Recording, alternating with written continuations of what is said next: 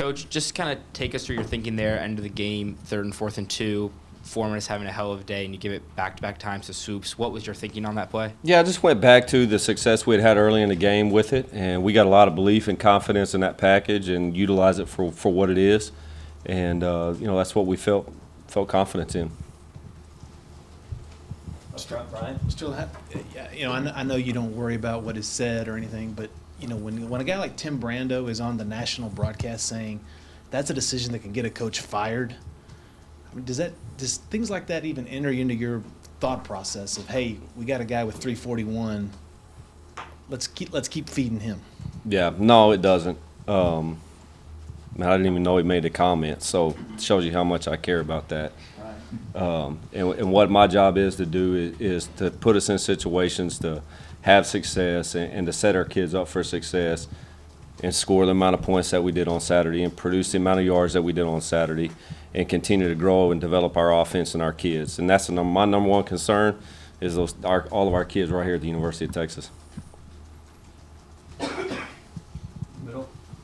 Sterlin, Shane seems like a guy that really enjoys the preparation aspect of his job from January to today. How have you seen him kind of develop that as he's learned this offense and gain more confidence? Yeah, I think that's well said. I mean, he's a guy that he embraces the grind, and he's a guy that embraces hard work and doing all the things that put himself in a situation to see the growth and development that we've seen with him over, since the season started. And that's him to a core. And he just continues to get better. Like I said before, he makes mistakes and there's mistakes made, but those are identified. And a lot of times he knows even when he comes off the field or when we go back and see it on Sunday, he knows and understands that he made the mistake. So that shows maturity, that shows growth in itself right there, being able for him to recognize and know exactly, maybe what he missed or he didn't do right. And he just absorbs all the coaching, anything that can help him be better, which if he's better, then we're better as a team.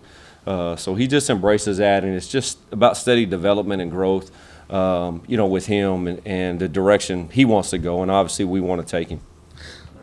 Coach, on Monday, Coach Strong had said you developed a game plan for Shane this year to kind of help him be successful. Can you give us a little bit of a elaboration on what that was, and does that also include maybe him not throwing as much over the middle of the field because maybe that's a little bit of a trouble area for a young quarterback? Yeah, and it's about development all the way through the season. And like I said, you got to go back all the way through spring and where he's at and the competition, and then you get through two-a-days, and then the games come on, and you just kind of week by week you're just continuing to get to know him better, to gauge him better, and understand how far can we push him. What are the things that he does really well? What are the things that he needs to continue to develop and grow and get better at? So you identify those things, and obviously things that we feel and like that he does well. Those are the things that we try to put in our scheme each week. And from his understanding, that's a big part of it with him too. Is when me and him sit down and I ask him what do you like best, because that's the most important thing. Is it's one thing as a coach to know, but our kids have to know, and that's something that we emphasize with all of our kids, is that they have to know exactly schematically what we're trying to do and how we're trying to get it accomplished. And those are the conversations I have with him, and we sit down and say, hey, do you like this? Are you good with this? Are you comfortable with this? No, Coach, I like this better. Well, if he likes that better, then that's probably going to go in the game plan, because he's the guy that's out there on the field, and he's got to execute, and he's got to be 100% confident with it and comfortable with it. And those are the things, just from our end and my end, that we try to put in front of him and put on our football team to be successful. Back on the left. There was a lot of buzz about Colin Johnson before the season started, and then he was a little bit quiet early on. What happened? Was there something that happened behind the scenes that let him finally kind of have a breakout game this weekend? No, there's nothing behind the scenes. And again, you just got to go back. He's young. And what you're seeing is just growth. You're just seeing a young kid, a young freshman, just grow. And there's really no timetable with it. So they got thrust into a situation.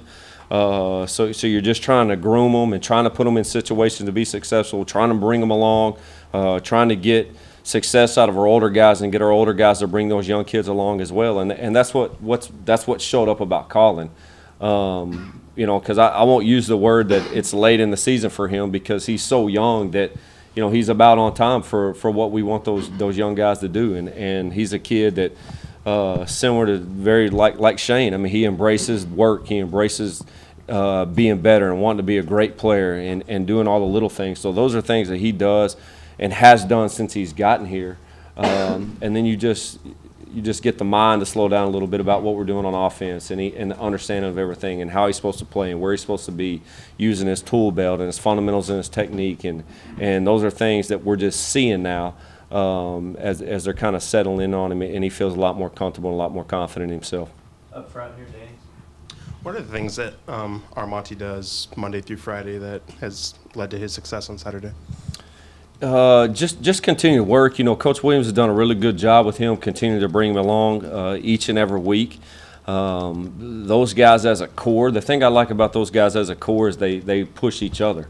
So all those guys we just talked about, they push each other, they challenge each other, and they're competitive in that room, and they help each other develop and help each other get better. But he's a guy that goes to practice and he works hard. We push him hard. And you know, he's got some playing experience behind him, so you know that's invaluable and something that he's carried with him all along. You know, early on when he was able to have success when we were still bringing some of those young guys along. But just his determination is one thing. He's really determined to be a good player and to make plays, and those are some things that he's done, you know, over the last couple of weeks. Back on the right. Coach Strong talked about on Monday how Devin Duvernay chasing down the recoverer on the fumble was a real big point for the team. Did you say anything to Devin, and what did you take from that, watching him chase the run down the I sideline? agree with Coach 100%. You know, that was a huge play because I believe it was play 15 of a 99-yard drive. So just everything that got us down to the strip and everything was huge for us. And then all of a sudden that happens, and then you just see Devin, and it's like I've said in here before, he's 10-2-7. So you're about to, when this happened, I'm saying, well, we're going to see him open up. We're about to see him run. And that's what he did. And for him to give that kind of effort and to go chase that guy down and knock that guy out on the 2-yard line was huge. That was huge for our football team. That was huge for him. But that's just a representation of Devin. That's the kind of person he is. That's the kind of kid he is, and that's who he is. And that was huge for us. You know, just as a team, what we were able to come, I believe at that point it's a 14-point swing. I mean, here we are battling for our first road win, and then for us to go back out and to play the way we did on defense, the way we did on offense, execute right for the half, take us down and kick a field goal to go up at halftime was huge that we were able to do that and compete in all three phases, and obviously come out at the end and with a win. Coach, I was going to ask you about your offensive line. You know, you don't really see Shane taking a whole lot of hits, and clearly if you have a guy run for 3-something, they're doing something right. So can you just talk about that unit as a whole, and even more specifically how McMillan, you know, has been doing as a starter? Yeah, it's like I said, you know, with everything that Deontay's done, you know, we've got a really talented back, but you don't have all those yardage and these kind of numbers that we've had without a good offensive line. And that's one thing, you know, Coach Maddox and those guys up front have done a really great job. And it's like I've said before, the thing that we've overcome is that adversity up front. We've been banged up front. You know, we've had to go roll guys in and out, and guys have had to step in and play. And that's been very positive to see from our standpoint. And it really goes to our kids because they're the guys that got to go in there and battle and be ready to be the next man up. And we got a guy banged up, and then another guy's got to fill in. So I'm very excited about that, very motivated about that, of what those guys have been able to do up front and how we've been able to produce.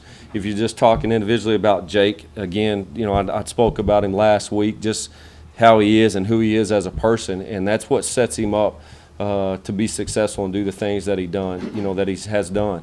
And he embraced the role when we switched him over, and he's just gotten better week in and week out, and he does it with a tenacious attitude, and you know, he just fights and he battles. He's cleaned up his fundamentals and technique every week, and it's just made him, you know, into a really good football player right now. You know, that we're excited that he's in that spot and done what he's done. Up front here, Brian. going back to Devin for a second, you touched on it there. He did push him out at the 2, and that was totally missed by that crew Saturday. But I'm wondering specifically about that. Did y'all show the guys that on film? That it wasn't a 100-yarder. He did push him out, and y'all should have had the ball on defense, or they should have had the ball. You know what I mean? Yeah, and Coach, we saw that as a group and as a team, and the whole emphasis is what I just talked about with Devin and what we just talked about, how that sparked us as a football team, and that was the emphasis, and that's what we were focused on. Just what happened, and then like I said, just everything else that happened after that. There was a 14-point swing. We were able to go out and produce on both sides of the ball in all 3 phases and come out with a win. Speaking of Devin and all of your deep threats, really, just like Charlie's defense is trying to prevent home run balls, are you seeing more either safety play or corners given up, so where you guys don't or have struggled to get deep balls? Do you see what am I making sense? You know what I'm saying? I got you. Yeah. Just what they do on that side of the ball, sometimes sets up what we can or can't do, and we're just every week looking for ways to get guys balls, no matter what level, if it's short, medium, or long. So we're just always trying to find and fit a scheme to get a guy a ball, like I said, whatever level it needs to be. On the right, Joe.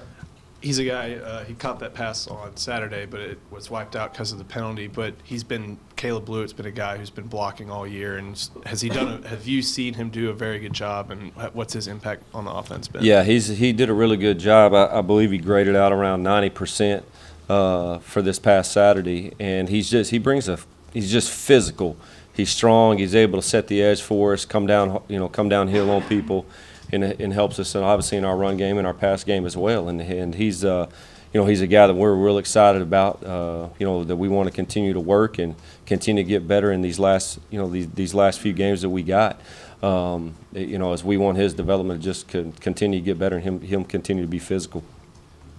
Sterlin, this West Virginia defense, one of the better ones in the Big 12, full of juniors and seniors. I'm curious what you've seen from them and kind of the challenges they present. Yeah, they're stingy. They're good. They're solid. Just like you said, they graduated a bunch of guys last year. They had a bunch of guys get drafted, and then they replaced them with older guys. And they're sound on that side of the ball. They do a really good job. They're physical. They're all over the place, and they're getting places in a hurry. They cover ground well, and they're a solid defense. They're a really good football team. Anybody else? All good. Thanks, Coach. Thanks, Austin. Appreciate it.